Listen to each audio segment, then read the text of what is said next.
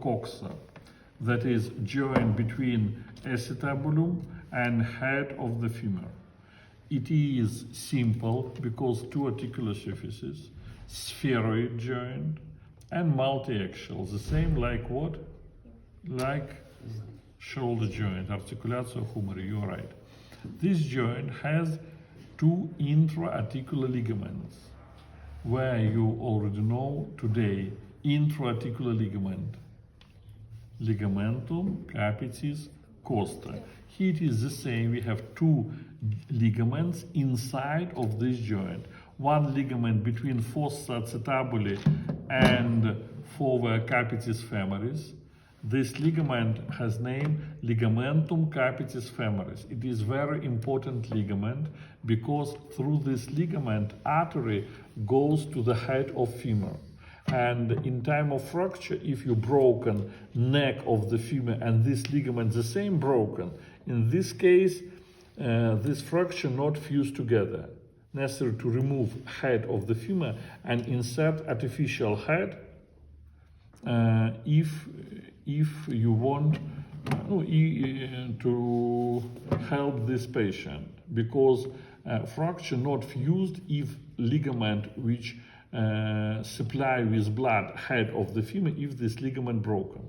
That is very important ligament, ligamentum capitis femoris. And next intra-articular ligament, it is above of notch in caesura acetabuli, that is ligamentum transversum acetabuli. Two intra-articular ligaments, ligament of the head of the femur and transverse ligament of acetabulum.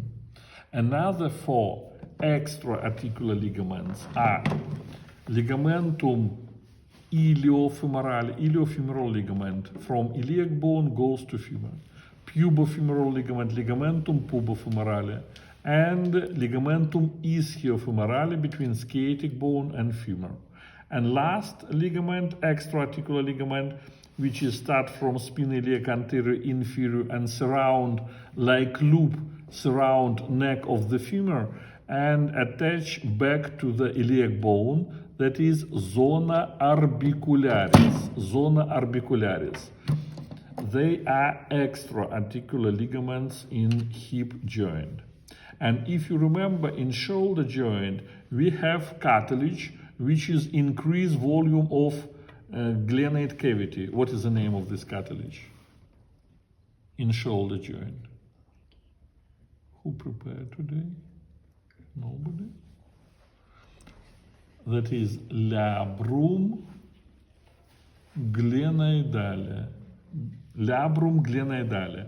That is cartilage which is attached to glenoid border of glenoid cavity and increase volume of this cavity.